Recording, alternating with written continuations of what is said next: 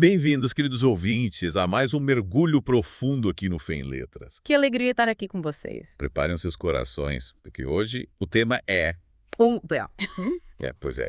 E para nos guiar nessa jornada de autodescoberta, vamos abrir o livro As 5 Linguagens do Perdão. Dos mesmos autores de As 5 Linguagens do Amor, né? Exatamente, Gary Chapman e Jennifer Thomas. Que legal! Ao longo do nosso mergulho de hoje, a gente vai entender as nuances de pedir perdão, a importância de conceder perdão. Olha, isso é fundamental. E quem sabe descobrir qual é a sua linguagem do perdão e como isso impacta os seus relacionamentos. Mas antes de começar, aquele recadinho especial de sempre, né? Curtam o vídeo, inscrevam-se no canal, ativem as notificações. Compartilhem esse episódio com todo mundo. E deixem nos comentários sugestões de livros que vocês gostariam que a gente explorasse por aqui.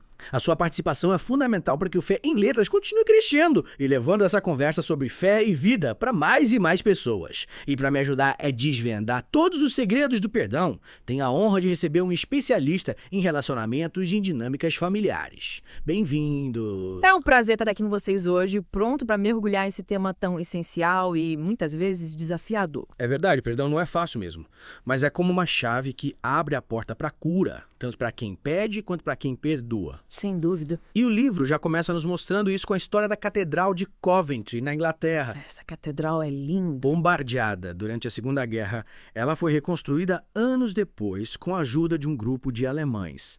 É emocionante ver como, mesmo em meio à destruição, o perdão pode florescer e unir povos que antes estavam em guerra. Essa história realmente me tocou. A decisão de manter as ruínas da antiga catedral ao lado da nova, como um lembrete constante do poder do perdão e da reconciliação, é realmente inspiradora.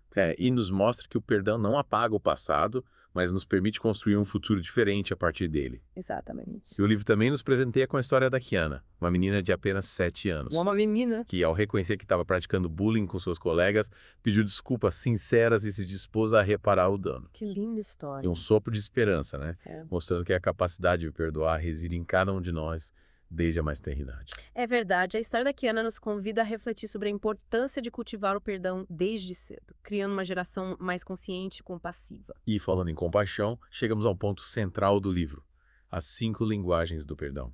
Assim como o Gary Chapman nos ensinou sobre as diferentes maneiras de expressar amor, ele e Jennifer Thomas nos revelam que também existem maneiras específicas de comunicar o perdão de forma eficaz. Interessante, é como se cada um de nós tivesse um idioma próprio para expressar e receber o perdão. É isso. Dominar essas linguagens é essencial para que a mensagem seja compreendida e para que a reconciliação aconteça de forma genuína. Estou ansioso para desvendar cada uma dessas linguagens. Vamos começar. Vamos lá. A primeira linguagem, expressar arrependimento, é a mais direta. O famoso sinto muito. Essa é a clássica. E mais atenção. Não basta apenas proferir as palavras. A sinceridade é a chave aqui. O contato visual, a linguagem corporal, tudo isso contribui para que o nosso arrependimento seja genuíno. O livro cita o exemplo do Robert, que só acredita no pedido de desculpas da esposa quando ela olha nos olhos e demonstra arrependimento verdadeiro. Nossa, que interessante. Então, o perdão vai além das palavras. Vai muito além. É preciso que o nosso corpo e a nossa alma estejam em sintonia com o que estamos expressando. Faz sentido. E a segunda linguagem, aceitar a responsabilidade, reforça a importância da autenticidade. Aqui, o foco está em reconhecer o nosso erro sem tentar justificar ou colocar a culpa nos outros. Assumir a responsabilidade, né? Exatamente. O eu errei precisa ser genuíno, assumindo a responsabilidade pelas consequências dos nossos atos. Sem dúvida. Admitir os nossos erros não é fácil, mas é fundamental para que o processo de cura comece. É verdade. E o livro nos apresenta a história do Rich e da Joy, um casal que só conseguiu se reconciliar de verdade quando aprenderam a falar a linguagem do perdão um do outro. Que legal. O Rich precisava entender que suas palavras duras magoavam a Joy, enquanto ela precisava aprender a expressar seu arrependimento de forma clara para que ele a perdoasse. Nossa, que exemplo interessante.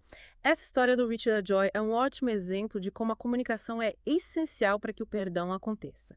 Às vezes as nossas palavras podem ter um impacto que não imaginamos e é preciso estar atento a isso. É verdade. Mas e quando precisamos ir além das palavras?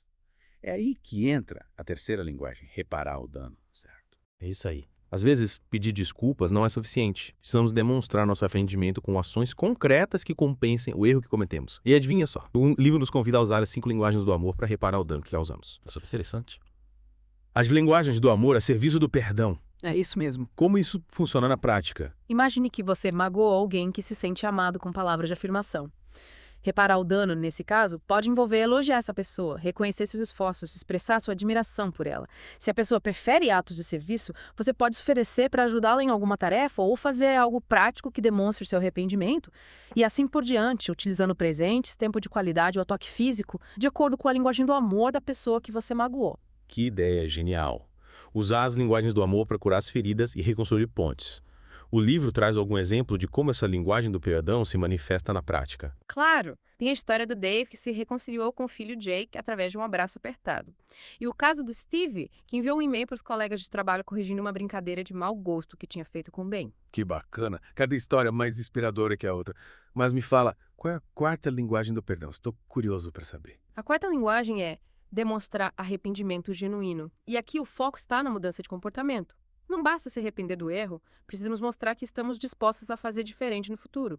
É como dizer, quero mudar e colocar essa mudança em prática através de ações concretas e um plano de ação para evitar repetir os mesmos erros. Entendi. É preciso ir além do discurso e mostrar com atitudes que a mudança é real. O livro fala sobre isso, né? Sim. Ele destaca a importância de ter um plano de ação para mudar o comportamento. Para ilustrar, o livro conta a história da Caroline e do Chris, que enfrentaram a difícil jornada de reconstruir a confiança após uma traição. O Chris precisou mostrar para Caroline, através de suas ações, que estava realmente arrependido e disposto a mudar. Nossa, que situação delicada, mas é inspirador ver que, mesmo em casos tão complexos, a reconciliação é possível quando existe arrependimento genuíno e disposição para mudar, né? E a quinta e última linguagem do perdão, qual é? A quinta linguagem que fecha com chave de ouro é pedir perdão. Parece óbvio, né? Mas muitas vezes nos perdemos nas outras linguagens e acabamos esquecendo de simplesmente dizer, por favor, me perdoe. É importante lembrar que o perdão é uma escolha da pessoa que foi magoada, não podemos exigir isso. Mas quando pedimos perdão com sinceridade, reconhecendo o nosso erro e demonstrando arrependimento, abrimos espaço para que o perdão aconteça. O livro conta a história do Martin e do Andy, que se reconciliaram quando ele finalmente expressou o pedido de perdão que ela tanto esperava ouvir. É verdade, às vezes esperamos tanto por um pedido de perdão que acabamos nos fechando para a possibilidade de te perdoar, né? Mas quando a pessoa reconhece o erro e pede perdão com sinceridade, é como se um peso enorme saísse das nossas costas, né? E fica mais fácil abrir o coração para o perdão. Exatamente. Pedir perdão é essencial para a cura do relacionamento, é como um passo fundamental para que a gente possa seguir em frente. Nossa, quanta coisa importante já aprendemos sobre as 5 linguagens do perdão. Mas me conta, por que será que, mesmo sabendo da importância de pedir perdão, algumas pessoas ainda evitam fazer isso? Essa é uma ótima pergunta e o livro se aprofunda nesse tema no próximo capítulo. Vamos descobrir juntos. E aqui estamos de volta para a segunda parte do nosso mergulho no universo do perdão. Que bom estar de volta. Ansioso para desvendar os mistérios por trás da resistência em pedir perdão. Preparado para encarar essa faceta mais sombria? Pode mandar? O livro nos revela que o medo da rejeição é um dos principais motivos que nos impedem de pedir perdão. Ah, faz sentido. Ninguém gosta de se sentir rejeitado, né? Pedir perdão é se expor, se colocar em uma posição vulnerável. É isso, esperando ser aceito de volta. E essa vulnerabilidade pode ser ainda mais desafiadora em relacionamentos mais próximos. Com certeza. Onde a rejeição pode ter um impacto mais profundo. E o livro também destaca a dificuldade em admitir os erros. Para algumas pessoas, o orgulho e a teimosia falam mais alto, Nossa, é verdade. impedindo que reconheçam suas falhas e assumam a responsabilidade. Conheço gente assim, preferem 1000 desculpas a um simples eu errei. Exatamente. E essa dificuldade em admitir os erros pode ter raízes profundas na nossa história, na criação. É, faz sentido. Se crescemos em um ambiente onde os erros eram severamente punidos, ou onde a vulnerabilidade era vista como fraqueza, é natural que a gente desenvolva essa resistência. Nunca tinha pensado por esse lado. Interessante. Mas quando a pessoa reconhece o erro, mas não consegue se expressar. Nesse caso, pode ser a dificuldade em se comunicar, em traduzir o arrependimento em palavras. E é aí que as 5 linguagens do perdão entram. Ajudam a traduzir. Quando entendemos a linguagem do perdão do outro, a comunicação fica mais clara e eficaz. É como se a gente estivesse falando a língua do coração, né? Exatamente, transmitindo a mensagem de forma que a outra pessoa possa realmente compreender. E além dos desafios de pedir perdão, o livro explora o auto-perdão, né? Sim, um tema que gera muitas dúvidas e angústias. Sim, auto-perdão é um desafio para muitos. É como se tivéssemos um juiz interior nos condenando pelos erros do passado. E essa autocrítica constante pode ser muito prejudicial, nos aprisionando em um ciclo de culpa e remorso. O livro usa uma analogia interessante.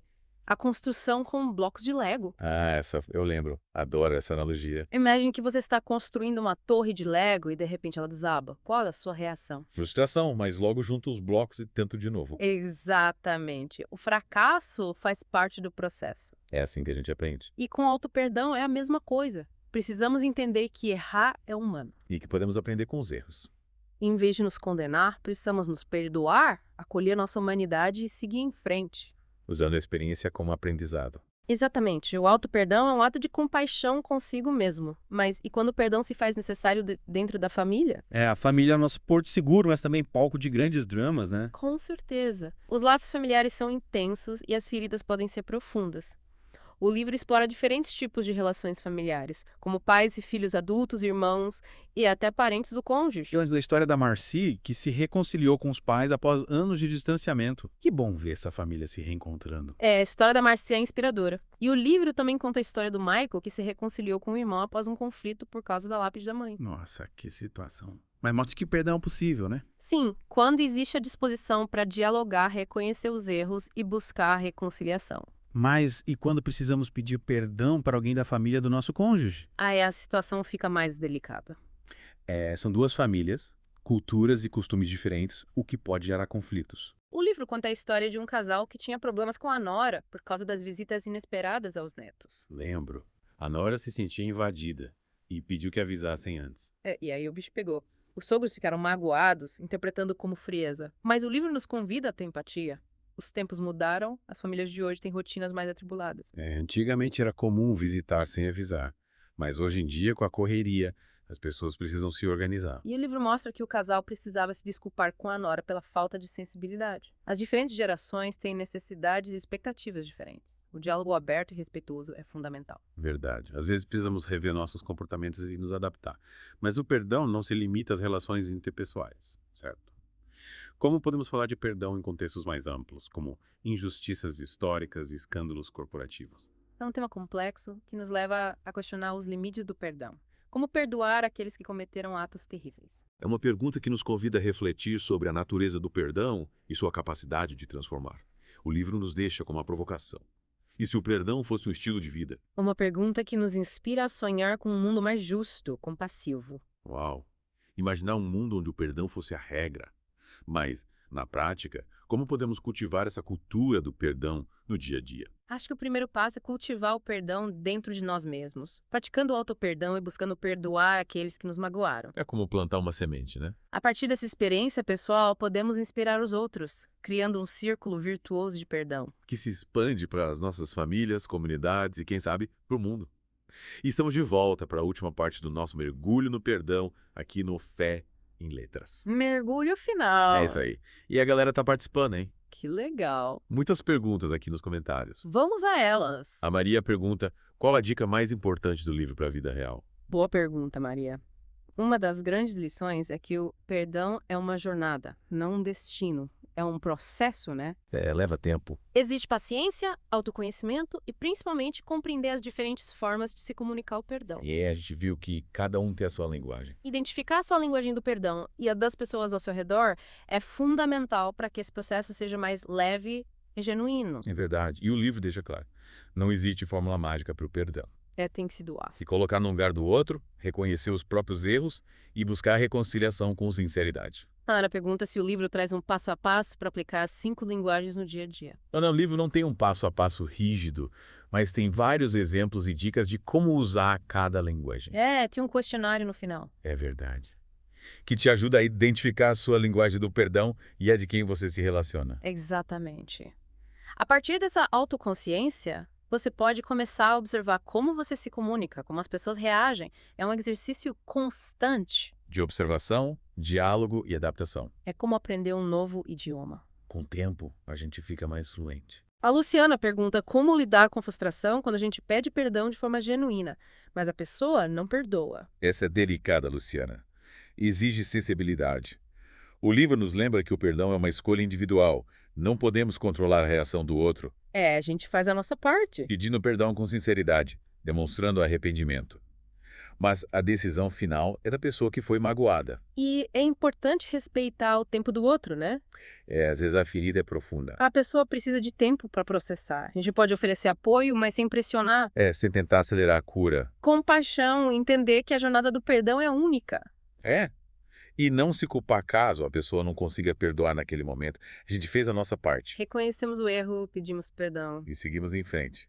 Sem culpa ou rejeição. É como plantar uma semente. A gente fez a nossa parte, agora é com a terra e o tempo. Que legal essa analogia. E por falar em tempo, estamos chegando ao final do nosso mergulho no perdão. Mas antes, queria te agradecer, Expert Speaker. Eu que agradeço o convite. Sua presença foi muito importante para nossa conversa. Que bom que você gostou. E para finalizar, uma pergunta para você que nos acompanhou. Qual seria o impacto na sua vida se o perdão se tornasse um estilo de vida? Reflita sobre isso. Ótima pergunta para a gente pensar. Compartilhe suas ideias nos comentários. E não se esqueçam, curtam, inscrevam-se e ativem as notificações para não perder os próximos mergulhos. Até a próxima! Um grande abraço a todos e até lá!